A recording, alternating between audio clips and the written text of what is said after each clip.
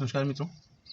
अपन कल वाले क्रम में मतलब जो अपन ने पहले की सभ्यताएं जो पढ़ी उसी क्रम में अपन आज नया टॉपिक स्टार्ट कर रहे हैं। नया टॉपिक तो नहीं कह सकते, लेकिन राजस्थान से रिलेटेड अपन आज बात करेंगे और राजस्थान की प्राचीन सभ्यताओं के बारे में अपन आज जानेंगे, क्योंकि इनसे रिलेटेड एग्जाम में बहुत सारे क्वेश्चंस आते हैं। तो आज अपन इसी टॉपिक पर बात करने वाले हैं। सबसे पहले अपन जिस सभ्यता की बात करेंगे वो है कालीबंगा।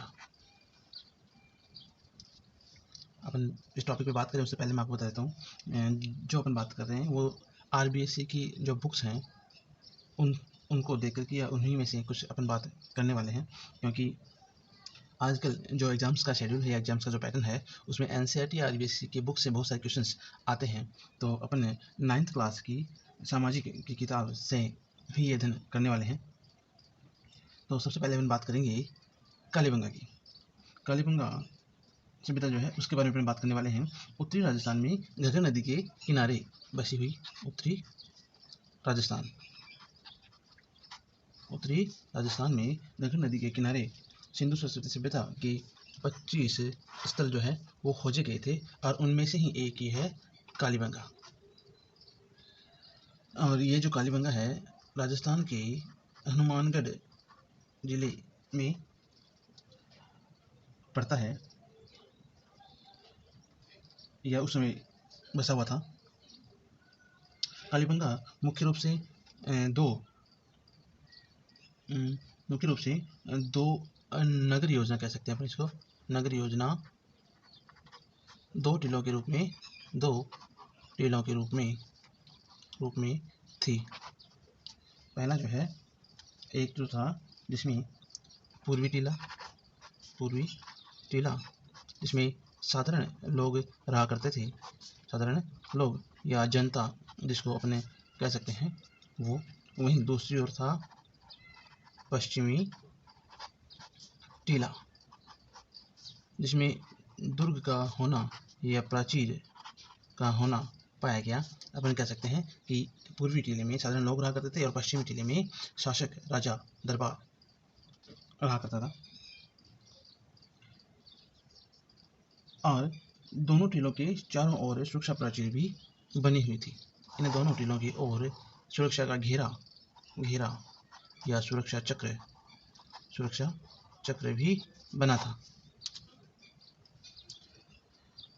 कालीबंगा में जुते हुए खेत के साक्ष्य भी मिले हैं, मतलब खेती करना भी पाया गया।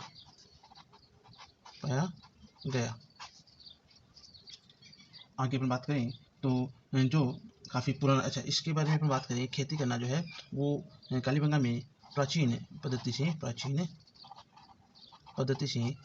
कृषि कार्य किया जाता था। दीवारें ईंटों से बनती थी, जो कि गारे से या मिट्टी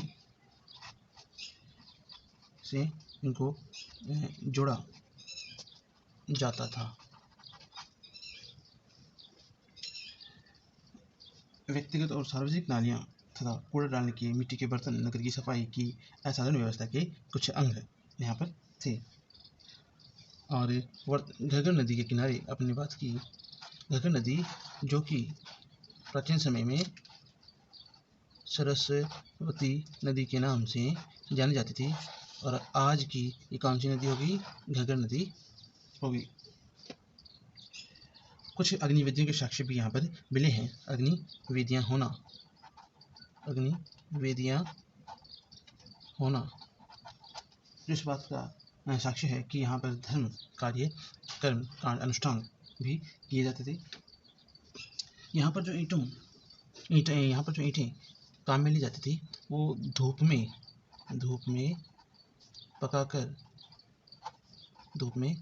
पकाकर तैयार की जाती थी।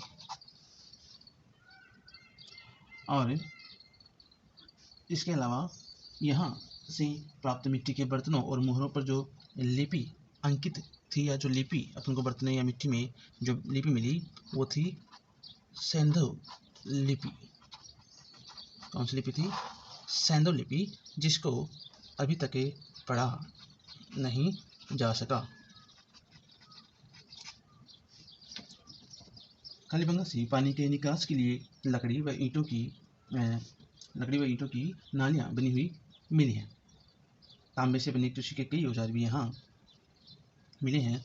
जो औजार जो काम में लिए जाते थे वो किसके लिए जाते थे? तांबे के औजार काम में लिए जाते थे, जो कि उनकी आर्थिक उन्नति का स्रोत माना जाता है। कालीबंगा की नगर योजना सिंधु नगर घाटी नगर योजना के अनुरूप ही है। कालीबंगा के निवासियों के कुछ मृतक के प्रति श्रद्धा और धार्मिक भावना को व्यक्त करने के लिए यहाँ पर 3 समाधियाँ भी मिली हैं, जो इस बात का साक्ष्य है कि यहाँ पर मृतक के प्रति श्रद्धा और धार्मिक भावनाएं भी लोगों में थी। अगर बात करें अपने कालीबंगा सभ्यता के ह्रास का या अवसान का या नष्ट होने का, तो मुख्य कारण अपन ये मान सकते हैं कि या तो अकाल का होना या नदी के बहाव का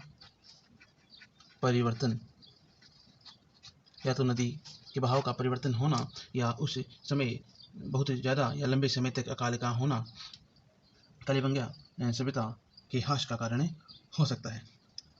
ये कुछ बेसिक सी जानकारियाँ अपन को देखने को मिली आरबीएससी की बुक्स में। इसी क्रम में अपन आगे बात करें तो आगे जिस टॉपिक पे अपन बात करते हैं वो है आहड़ सभ्यता के बारे में अपन बात करेंगे।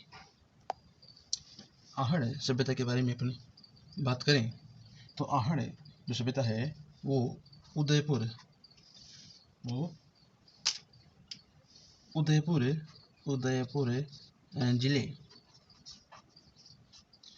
जिले में स्थित दक्षिण पश्चिमी राजस्थान की कांस्य युगीन संस्कृति का मुख्य केंद्र था। दक्षिण पश्चिमी राजस्थान की कांस्य युगीन संस्कृति का मुख्य केंद्र माना जाता है, या केंद्र उस जमाने में था। यह संस्कृति बैडच बनास की घाटियों में विकसित हुई थी। कहाँ हुई थी जी? बैडच बनास की घाटियों में विकसित हुई।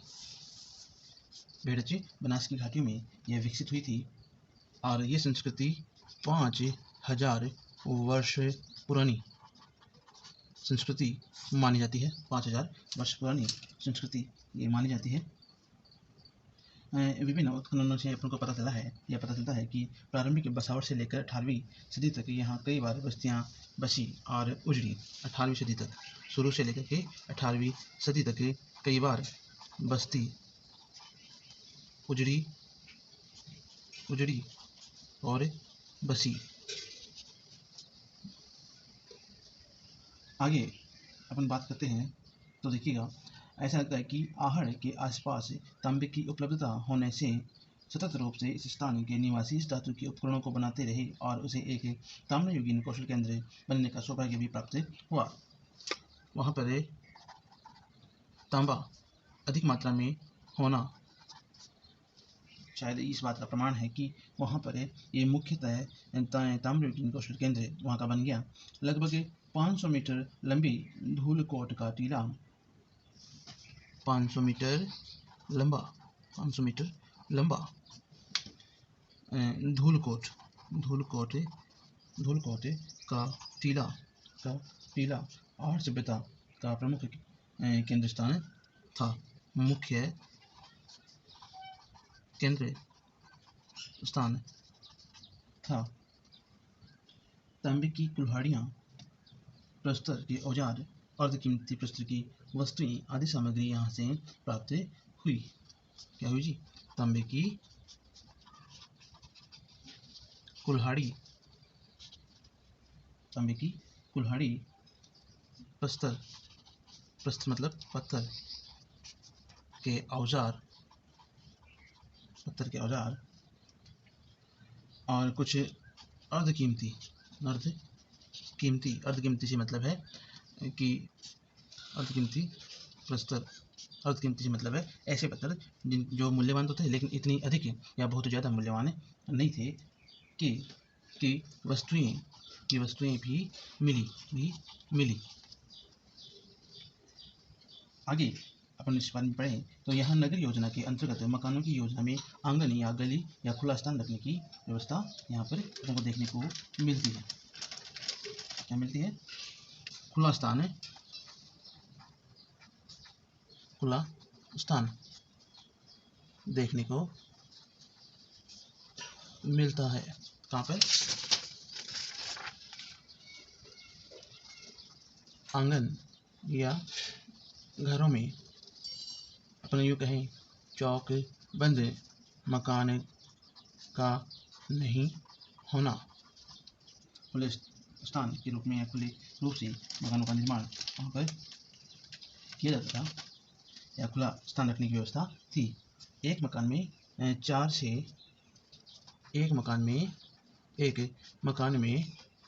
से 6 के बीच बड़े चूल्हों का होना, आहड़ सभ्यता में वृहत या बड़े परिवार का सम्मिलित रूप से रहना बताता है। मतलब संयुक्त परिवार की व्यवस्था वहाँ पर आहड़ सभ्यता में थी।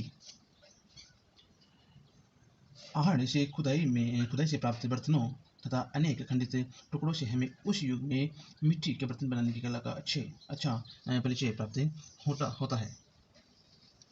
मिट्टी के बर्तन बनाने की कला का ज्ञान होना।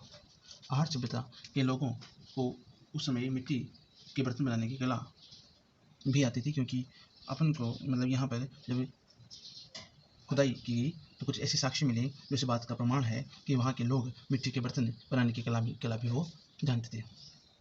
फिलहाल के लिए इतना ही। अगर आपको ये वीडियो अच्छा लगा हो तो वीडियो को लाइक शेयर करना न भूलें और ज़्यादा से ज़्यादा चैनल को सब्सक्राइब भी कीजिएगा। धन्यवाद।